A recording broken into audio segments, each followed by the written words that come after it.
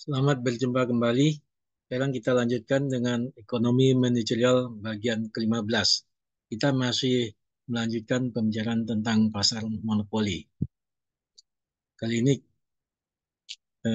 saya akan membahas tentang apa sebetulnya masyarakat yang dirugikan dengan adanya pasar monopoli. Dari bagian yang lalu, kita sudah mengetahui bahwasanya keuntungan maksimum dari seorang monopoli adalah seperti dalam segi empat ini ya.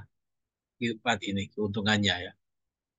Nah, sebetulnya dengan adanya pemain monopoli ini, masyarakat mengalami kerugian karena sebetulnya harga bukan sebesar P ini, tapi harga itu sebetulnya adalah sebesar P bintang, yaitu P bintang itu ditentukan dari perpotongan marginal cost dengan average revenue atau dengan demand-nya, yaitu pada titik ini. Jadi sebetulnya harga itu adalah sebesar P bintang ini. Nah, sehingga masyarakat sebetulnya dirugikan sebesar kotak yang ini. Ya, di mana kotak yang ini sama luasnya dengan segitiga yang ini. Ya. Dan ini yang disebut dengan social loss. Jadi social loss ini adalah kerugian yang dialami oleh masyarakat karena keuntungan yang diperoleh oleh seorang uh, yang bergerak di dalam pasar monopoli ya. Jadi ini yang disebut dengan social loss, ya, jadi kerugian yang dialami oleh masyarakat karena adanya monopoli yang dimana sebesar social loss ini adalah sebesar kotak yang ini ya. Jadi itu kerugian masyarakat yang diakibatkan oleh seorang yang monopoli. Kemudian bagaimana dengan adanya pajak pajak lamsam. Nah, untuk pajak lamsam itu adalah dia pengaruhnya pada cost, pada total cost, sehingga berpengaruh pada uh, average average cost. Jadi average cost yang pada dasarnya kalau pasal gambar ini adalah pada mulanya adalah AC0 ya. Jadi average cost-nya adalah sebesar ini.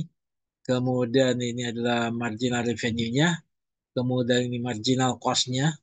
Jadi perpotongan ini menentukan adalah jumlah barang sebesar X. Ya, sebesar X.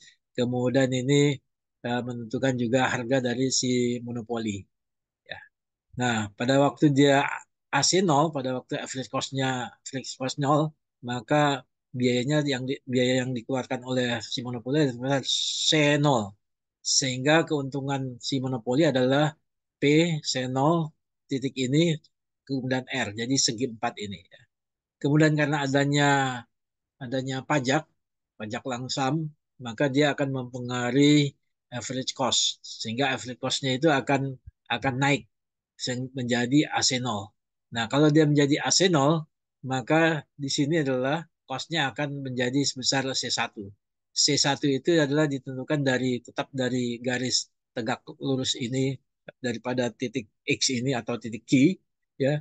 Kemudian dia menyinggung dari titik terendah dari average cost. Jadi ini adalah cost-nya yang setelah dia si monopoli menanggung pajak. Jadi ini pajak langsam itu ada yang dibayar oleh seorang monopoli. Sehingga keuntungan dari si monopoli akan berkurang sebesar kotak yang putih ini ya. Sehingga keuntungannya segunanya adalah sebesar dari P sampai C1. Jadi kotak yang ini ya. Jadi keuntungan si monopoli berkurang karena adanya pajak langsam. Karena pajaknya ditanggung oleh si monopoli ya, itu sebesar dari C0 ke C1. Nah itu adalah uh, keuntungan si monopoli karena adanya pajak langsam. Semoga penjelasan ini bisa bermanfaat.